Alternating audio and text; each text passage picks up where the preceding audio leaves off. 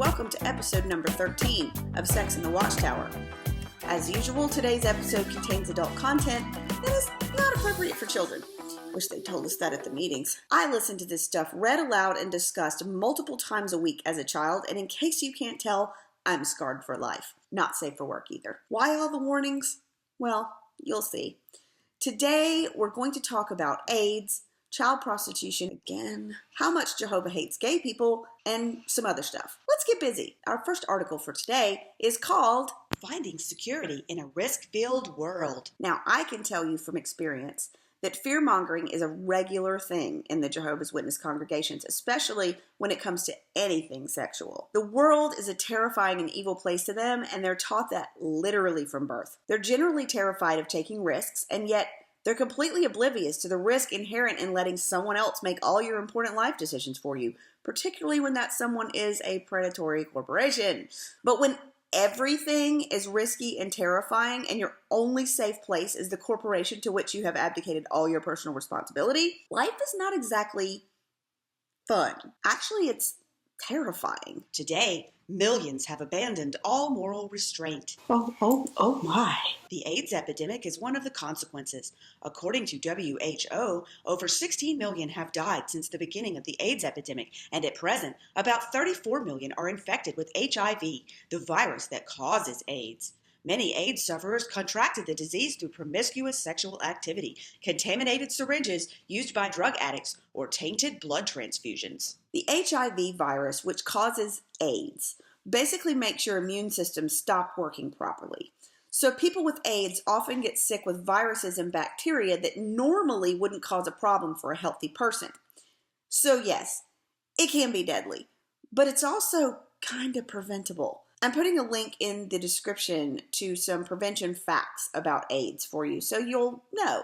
Look, there is nothing that should make AIDS any scarier than any other disease, except, of course, the hysteria attached to it because of gay people. I think Ebola or any kind of hemorrhagic fever are much scarier than AIDS, personally. I also don't think that morality has anything to do with whether you get AIDS or not, because if that were the case, then babies that are born to infected mothers wouldn't get it because they aren't engaging in immorality, right? The fact is that AIDS is a disease that's transmitted through body fluids. So if you're going to exchange body fluids, regardless of the morals held by either party, you could get infected. Other consequences of loose morals include herpes, gonorrhea, hepatitis B and C, and syphilis.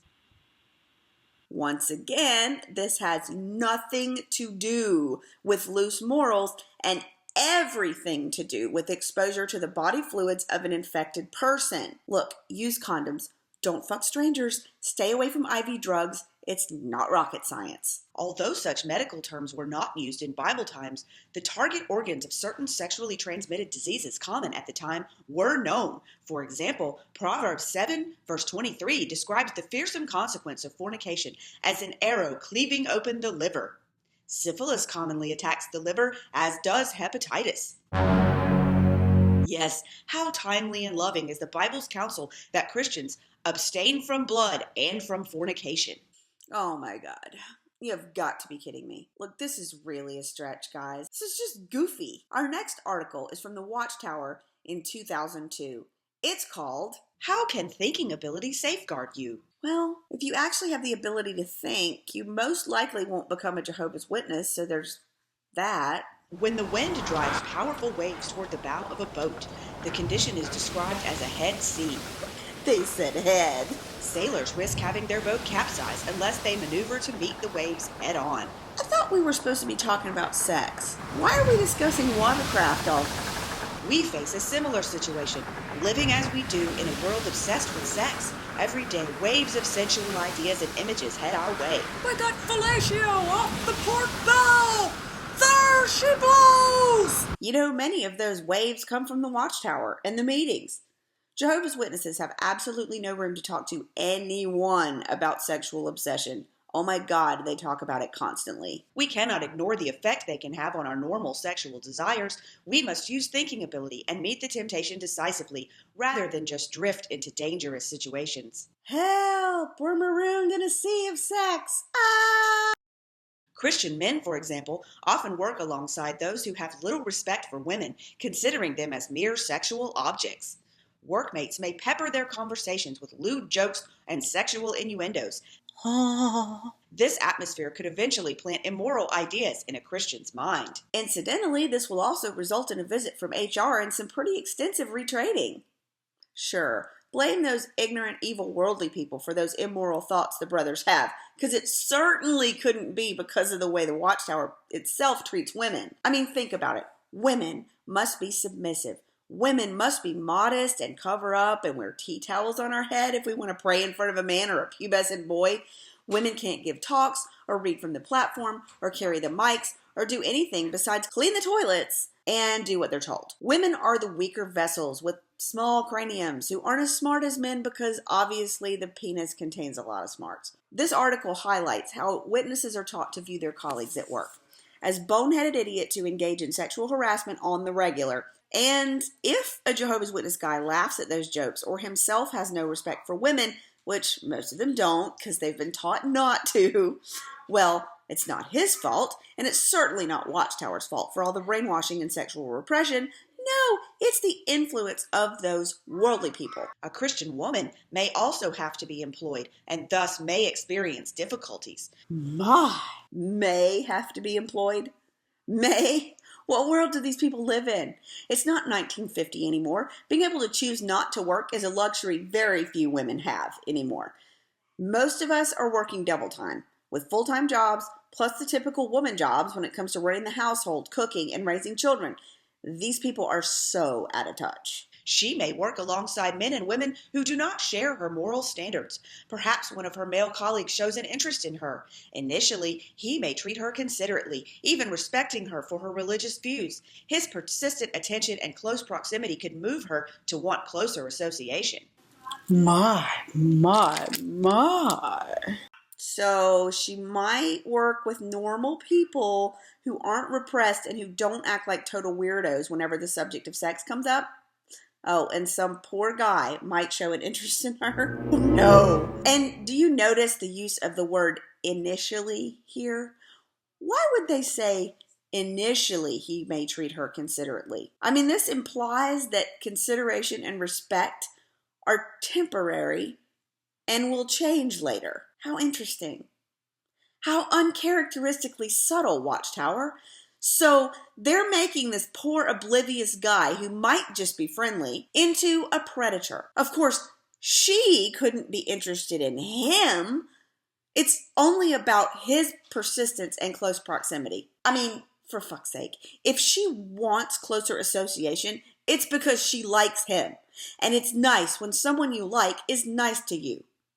If someone isn't into you, no amount of persistence is going to change that. So just stop, Watchtower. As Christians, how can thinking ability help us in such circumstances? Well, having the ability to think at all would help. Notice they say thinking ability and not critical thinking, because what would really help here is critical thinking. But Watchtower is justifiably terrified of critical thinking skills. You know why? Because their beliefs and their doctrines fall pretty flat under even basic critical analysis. First, it can alert us to the spiritual dangers, and second, it can motivate us to plan an appropriate course. No. That's not thinking ability. That's regurgitating what you've been taught. You get triggered by something, in this case, a person who might be attractive, and you immediately spit out the party line. Like this. In cases such as these, a clear message may have to be sent to fellow workers that our standards are different because of our scriptural beliefs. I'm a Jehovah's Witness, and I'm better than you. Maybe at lunch we can start a Bible study so you can learn to be a Jehovah's Witness too. Then we could be friends, but not like the friends you have now, like Jehovah's Witness friends. Our speech and conduct can reinforce that message. Furthermore, dealings with certain colleagues may need to be restricted. Yes. Let's stay away from anyone we might be attracted to, and let's make sure they know it's because we're holier than they are. Immoral pressures, however, are not limited to the workplace. They may also arise if a married couple allow problems to undermine their unity. A traveling minister observed, "The breakup of a marriage does not just happen. The couple may gradually grow apart, rarely talking to each other or spending time together. They may pursue material possessions to fill the emptiness of their marriage, and because they seldom complement each other, they may feel drawn to other members of the opposite sex." Well, if the marriage was no great shakes to begin with, this is much more likely. I mean, if you only married the person because you were dying from blue balls and wanted to have sex before you exploded or Armageddon came, which might have been the same difference, come to think of it, and the one you married was the only available option, the old circuit overseer here might be right. But I don't think compliments are going to help much in that situation. You fuck like a jackrabbit and you've never even heard of foreplay. I like your shirt, though. I'm really not attracted to you at all, and we have nothing in common. But you did a great job mopping today, honey. This isn't an immoral pressure. This is a life lesson. Our next article is from the Awake magazine in 2003. It's called A Barbarous Crime. Maria became a child prostitute when she was 14 years old. She adopted this horrible lifestyle at the insistence of her own mother, who told her that she was beautiful and that men would like her very much. Besides, she would earn a lot of money. Prostitution is not a lifestyle, y'all. Prostitution is having sex for money. A lifestyle is defined as the way in which a person or group lives. Being a Jehovah's Witness is a lifestyle. Prostitution isn't. In the evenings, Maria's mother took her to a motel where they made contacts. The mother remained nearby to receive the payments. Each night, Maria had sex with 3 or 4 men. This is so unnecessary. I mean, why are we talking about this in this kind of detail? Why do we need to know how many men this poor girl, if she was actually real, which in a Watchtower publication is questionable, had sex with? Notice they don't tell us how much money she made, because if they did, I'm sure there would be some brothers sizing up their daughters and stepdaughters like real quick. Not far from Maria's home, 13-year-old Karina was also forced into prostitution. Like many other families living in her community of sugarcane workers, Karina's family sold her body to supplement their limited income. They make this sound like it was a casual decision. Well, Karina, your brother wants the new PlayStation and your mom's out of cigarettes, so you're going to have to start working the streets after school. More likely, this was a life or death situation in which the family would become homeless or starve to death, and prostitution was literally the only option. Child prostitution is horrible, and it's absolutely unconscionable. It's not a lifestyle. It is and should be a crime. So, once again, why are we talking about it like this in the Awake magazine? In another area, Estella left school at a young age, not even learning how to read and write, and began working as a street prostitute. And Daisy was about 6 years old when she was sexually molested by one of her brothers, the first of many incestuous acts perpetrated on her. She became a prostitute at the age of 14. Why? Why are they telling us this? Again, this highlights how they view worldly people. It's both gratuitous witness porn and us versus them fear-mongering, because we all know that none of these child prostitutes were Jehovah's Witnesses, right? Right? And it goes without saying that a Jehovah's Witness girl would never be sexually molested. In many parts of the world, the problem of child prostitution is a frightening reality. The results are tragic. Often child prostitutes, whether occasional or full-time, also become involved in crime and drug abuse. Many of them feel frustrated and worthless, seeing little or no prospect of escaping their wretched lives. My! Yes, this is a problem that actually exists. Thank you, Captain Obvious. But what solutions are they offering here? What can be done about it? All the Jehovah's Witnesses ever have to offer is the new system, the paradise, which incidentally requires mass genocide of 99.9% of all humanity in order to happen, and coincidentally also requires people to devote their lives to serving a publishing company in New York without compensation of any kind in order to be deemed worthy to survive said genocide. They don't care about the child prostitutes. They don't care about the starving children in Africa. They're just using their names and stories, that is, if they didn't fabricate all this entirely, which they may have, to further their own agenda. They wouldn't lift a finger to help these poor girls if they had a chance. Hell, we wouldn't even donate money to charity for fear of being labeled spiritually weak. Watchtower is presented as the only answer. Period. That's ridiculous. Let's move on. Our next article was also in the Awake magazine in 2003. It's called Alternative Lifestyles. Does God approve? Take a Wild Guess. When will I know my sexual preference? So wrote a 13-year-old girl to a teenage advice column. Her question echoes the attitude of many who feel that people are free to pursue any sexual lifestyle they choose. There's so much wrong with this statement that I don't even know where to start. First of all, this girl, 13 years old, so still a little girl, asked a question. She's not echoing an attitude. She has a legitimate question that she would like a legitimate answer to. I, for one, think it's much healthier for a young lady like this to ask her questions in the open instead of repressing all sexual thoughts and urges behind a shield of pseudo-righteousness and pretending that biology doesn't exist, but nobody asked me. Anyway, why wouldn't people be free to pursue any sexual lifestyle they choose? As we already said, a lifestyle is defined as the way a person or group lives. So I guess a sexual lifestyle is the way a person or a group chooses to have sex? Why should it matter to the Jehovah's Witnesses as long as all parties involved in the sexual lifestyle are doing so consensually, legally, and voluntarily? Who the hell cares? This is none of your business, Watchtower, and you should stop picking on little girls for asking legitimate questions. Some people may genuinely struggle with confusion regarding their sexual feelings. Well, of course they do, especially if they've been told all their lives that sexual feelings are bad, dirty, immoral, and wrong. Wait a minute. Are they implying here that some people may struggle but not genuinely? Like they're only pretending to struggle with confusion about their sexual feelings? Or am I reading too much into this? They're starting to get to me, man. Others openly embrace alternative lifestyles such as homosexuality. An alternative lifestyle is just a way of living that's outside of the cultural norm, right? It's become a phrase that's mostly used to describe homosexual relationships, though it could just as easily apply to people who live with 42 cats on a fifth floor walk-up, or people who live in their cars, or people who don't have furniture and only eat out of blue plastic takeout containers. Still others boldly act and dress as one of the opposite sex. Oh my. Well, I mean, if you're going to do it, there's no need to be timid about it. Go big or go home, right? But again, why does Watchtower care? What difference does it make to them if Bob likes to wear pantyhose and a corset? I mean, why should they care if Terry hates dresses or if Sister Fister has short hair? Some undergo sex change operations. Can you imagine what kind of mental misery you have to be willing to go under the knife and endure physical pain and the risk of infection and all sorts of potential side effects in order to have the body you feel like you need?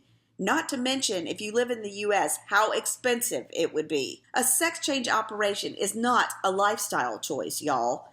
It is serious and painful and not to be taken lightly. You can't just undo it. If someone has come to that choice for themselves, trust me, they've thought about it and it's not a whim. There are even individuals who argue that adults should be allowed to have carnal relations with children. And there it is. Watchtower always does this. Every time they talk about either pedophilia or homosexuality, they have to link the two together somehow. And this is crap, y'all. It makes me so mad. Individuals who argue that adults should be allowed to have carnal relations with children are pedophiles. That behavior is criminal and needs to be dealt with by people who are qualified to do so. Psychologists and law enforcement, not glorified shift workers in suits and ties and made-up religious titles. Gay people are not automatically pedophiles.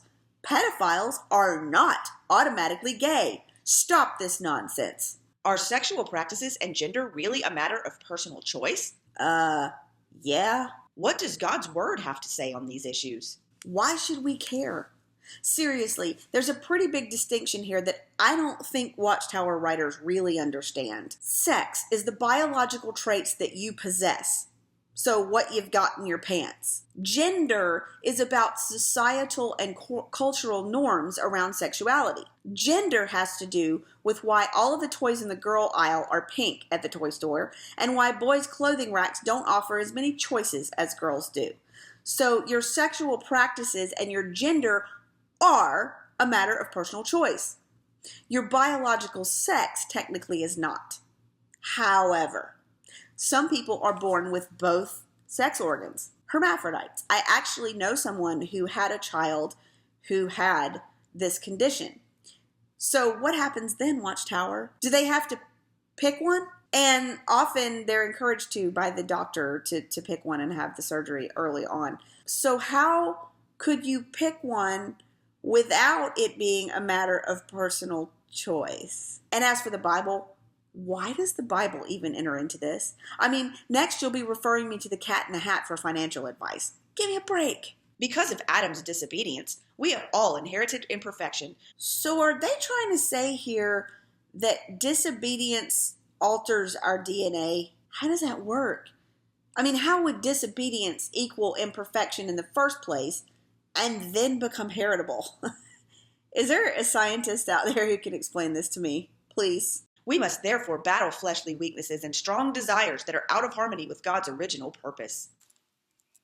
Then why did he create us this way? This is his doing, if you believe in this crap, so he should be able to fix it. I mean, I don't expect my children to remake dinner when I burn it. How does he expect us to fix this shit if he can't? Thus, in the laws given through Moses, God specified sexual practices that were abhorrent to him, namely adultery, incest, homosexuality, and bestiality. Then again, why did he create them? If he's omnipotent, then he can't claim that he never thought people would do such things. Methinks he doth protest too much. God also specifically forbade portraying oneself as a member of the opposite sex for immoral purposes. So are they saying that it's okay to cross-dress as long as you don't have sex? Okay, get ready.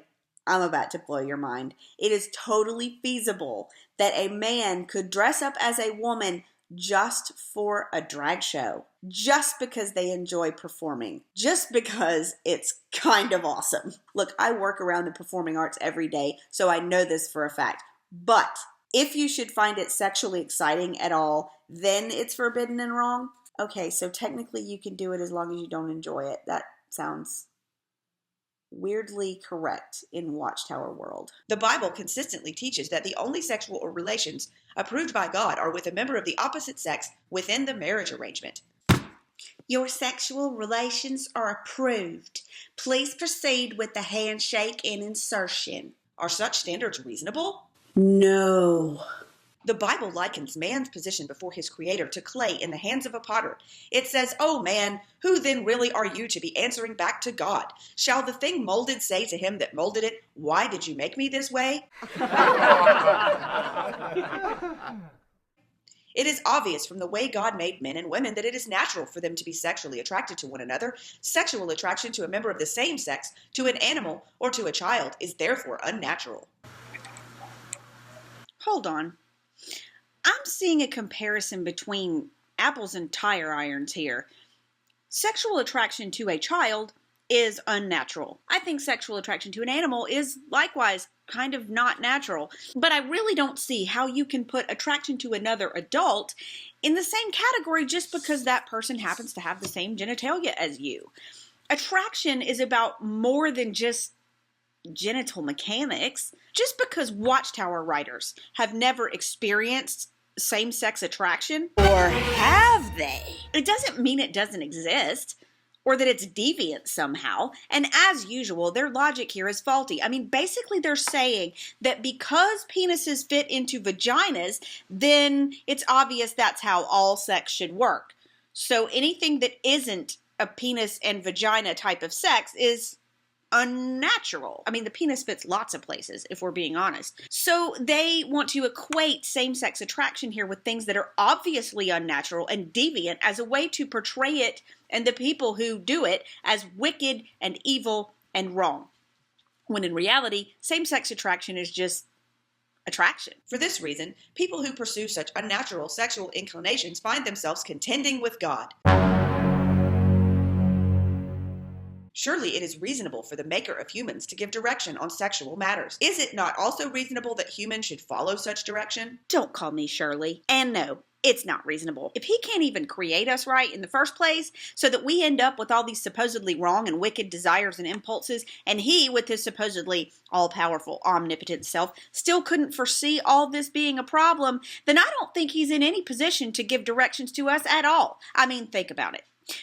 What does he really know about sex? I mean, I guess he's watched a lot of it over the years. I mean, that's if he actually exists. But he's never actually done it, has he? Does God even have a penis? And he's a miserable communicator, too. I'm just saying. Paul compares a person's body to a vessel. Getting possession of that vessel means bringing one's thoughts and desires into harmony with God's moral laws.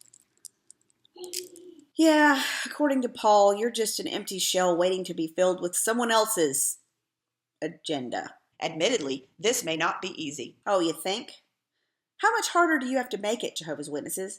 Do you think your gay kids are having a fabulous time being shunned and treated like crap? Think about it. Knowing how you feel about them, why would they actively choose to be gay? They wouldn't. It's not a lifestyle choice, you jerks. One who has experienced childhood sexual abuse, one who had parents or other caretakers who provided a distorted example of masculinity or femininity, or one who had exposure to pornography at an early age may understandably have difficulties. So, according to them, the only reason a person might be gay is because they were abused or because someone was a bad example? Oh, go the fuck on with that shit. Especially since Jehovah's Witnesses pretty much condone child sexual abuse in their congregations, and they do plenty to distort gender roles too, with their subjugation of women and glorification of men. And don't even get me started on the porn problem, which is exacerbated by the constant sexual repression and yet the constant sexual content talked about at the meetings. If these were reasons to be gay, then all Jehovah's Witness kids would be gay. Gay people are born gay. Let me say it again for the people in the back. Gay people are born gay. It might take them a while to understand it, but it is what it is. Transgender people perceive a profound difference between who they are on the inside and who they are on the outside. It's not because they've not read enough Watchtowers, for fuck's sake. Genetic, hormonal, and psychological factors may also play a role in distorting sexual feelings. It's comforting to know, however, that our Creator can provide help and support to those who need it. Oh, what comfort and help and support the Creator provides in the form of slut-shaming, fear-mongering, and demonization of homosexuality. And if you do happen to be gay and make the mistake of letting anybody in the congregation know or suspect, then what kind of support and help will you receive from the loving Christian congregation? Well, you'll receive counsel on literally everything in your life, constant surveillance and gossip, ultimately reproval, disfellowshipping, and shunning, or else a lifetime of denying your true self, selling Watchtower propaganda, and remaining celibate, all by yourself. How comforting and helpful, said no one ever. A piece of clay has to be centered on the potter's wheel before the potter can begin to mold and shape it. Then as the wheel rotates, the potter skillfully applies gentle pressure with his fingers to work the clay into a desirable shape. Before we can be molded into a desirable person in God's eyes, we need to be centered on the timeless principles and laws of God. Okay, first of all, I am not a piece of clay. I'm not even Play-Doh. Did you catch what they just said here, though? You're nothing until you allow yourself to be centered on the wheel and constructed according to Watchtower's agenda. You are not good or worthy or desirable to God if you don't do that, even though He supposedly made you and He's perfect and all that. You still suck until you allow them to remake you in their image and under their complete control. This is not normal. Once we start making the effort, God lovingly applies gentle pressure through the Bible, His Holy Spirit, and the Christian Brotherhood. A person then begins to feel and experience God's personal care in his life. So apparently they think you can pray the gay away with the help of some loving shame and shunning from your Christian Brotherhood. How wonderful. If this was God's way of showing that He cares, maybe we're better off without Him. Seriously, after reading this garbage, I really want to find a gay person to hug. I'm sorry, y'all. I'm sorry I ever listened to this. I'm sorry I was ever taught this. And I'm sorry this crap ever existed. Okay, that's enough, Jehovah, for today, don't you think? I definitely think so. Join us next time for episode number 14, where we find out what's wrong with premarital sex and how to avoid premarital sex, and how premarital sex is unloving, and other things about premarital sex. Premarital sex. Until then, I'm Sister Fister, and this is crazy.